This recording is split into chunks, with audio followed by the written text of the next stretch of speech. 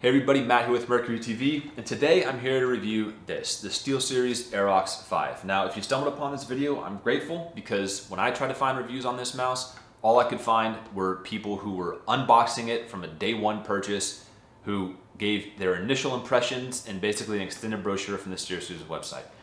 That's not what I'm here to do today. Now, I bought this a couple of weeks ago. I've used it exclusively since, and here are my thoughts. I don't recommend buying the mouse for two reasons alone: the price tag and the side buttons. All right. Now this mouse comes in at $80, which in 2022 for a wired ultralight mouse seems a little bit steep to me. All right. For $80, you have a slew of other great options out there, including wireless ultralight mouse like the glorious Model O and Model D. Right. The second problem I had with it was the side buttons. All right. Now they added in this up and down flipper on the side, right? Now, I don't mind the super thin side buttons. The glorious Model O has very similar side buttons. I do mind the paddle. I could not, over the last couple of weeks, find a good use for that paddle. And more importantly, I found myself misclicking a lot more than I want to, right? So trying to flip up on this thing, I would constantly find myself hitting the lower side buttons, which was incredibly annoying in the heat of battle in a first-person shooter. And then if I tried to flip down, it just feels unnatural to move your thumb up high to almost the top of your mouse and have to push down something. I think it was a really goofy design choice, and I think this mouse would be significantly better if they had just gone with traditional side buttons that you can find on 80% of other gaming mice, okay? However, if you just bought this mouse or you have your heart set on it and you just have to get it, right? I don't think you're making a mammoth mistake, all right? Because it is still a good mouse, okay? Let's go over the positives of this thing. First and foremost, Steelseries knows how to make a phenomenal first impression. I honestly think they are almost at the top of the list when it comes to build quality of their products. The retail packaging, all the way down to the product itself, is top notch, right? You open it up and their products, their headsets, mice, keyboards look and feel great. And the Aerox 5 is no exception to that, okay? The build quality on this is great. Is it $80 great? I really don't think so, but it's really great, okay? The clicks are incredibly satisfying. The scroll wheel is nice and heavy and has defined steps in it, right?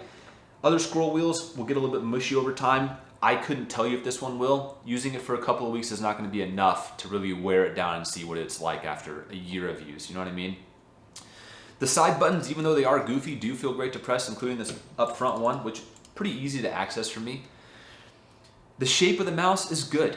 I think the shape of a mouse is such an incredibly subjective topic that it's hard to say this is a great shape, because what I find comfortable, you might not, right? What feels good in my extra large hands might not be great for smaller hands, okay? I have large hands and this feels good to me to use. A little bit bigger than the glorious Model O, a little bit smaller than the Razer Death Adder V2, okay? But still comfortable to use. I was able to use this for hours on end. Hand didn't get uncomfortable, didn't despise anything besides this flipper button, right? The other nice part is that it comes with a detachable USB-C cable, right? And it's not some proprietary connection like so many other mice have. Like this. This is the glorious Model D wireless connector. It won't work on any other mouse besides that one, okay? This, on the other hand, any regular USB-C cable, like this one right here is just one from Apple, will hook up just fine. You can plug it in and it'll work, okay? So the cable that it comes with is nice. Steelseries, for the longest time with their gaming mice, would just have these unbraided plastic cords. This is a nice, light, braided cable, all right? The weight of the mouse is 66 grams. So it is ultralight. It's nice to use. It didn't feel heavy at all, right? And finally, the software. Some people, it might not matter to them. To me, it does. I find a lot of gaming software to be lacking, or at least just annoying to use. Steelseries is kind of at the top of the list when it comes to making gaming software. Now, the lighting on this mouse is good. I thought it was pretty nice and tasteful the way they did it. They had this cool diffuser plate on the bottom, which wraps around the lower edge there, and that's just pretty much it. There's nothing running along the sides or anything like that, but it works great. It's nice and bright. If you have this in a dark room, it'll look good, right?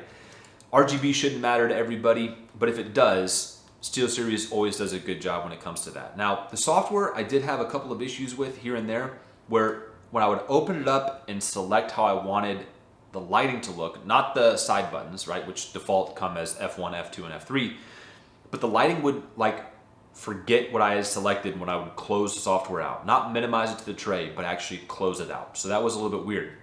It only did it like once, I think it only did it one time, and I was able to reset it and it worked fine after that. It's kind of remained the same. So they do a good job when it comes to the software, all right? So it's hard to knock the mouse, right? It is built well, it does feel good, but like I said, for $80, there's just too many other good options out there. The market is saturated with phenomenal products, right? This isn't the age of Logitech, Razer, and Corsair owning the market on which gaming mouse you're going to buy, okay? So that's the only reason I just don't recommend this one. This side button just kills me. I really wish they would just go with a traditional mouse like Steelseries. In the 1 in a billion chance you're actually watching this video, please God, just make an ultralight Rival 310. That's it. That's all I want for Christmas, all right? The best shaped mouse I ever felt in my life was the Rival 710, which is pretty close to the shape of the 310. But the 710 was like 10 pounds and it had a side screen on it, which was... Stop the gimmicks, guys, please. Y'all feel like you have to reinvent the wheel every time you come with a new product. You don't, right? I don't need flipper buttons on the side of a gaming mouse. I don't need a screen on the side of a gaming mouse. I just need it to function well, right? You can have 3 side buttons, whatever, but just make them easy to use, okay? So that's really it for my thoughts on this mouse.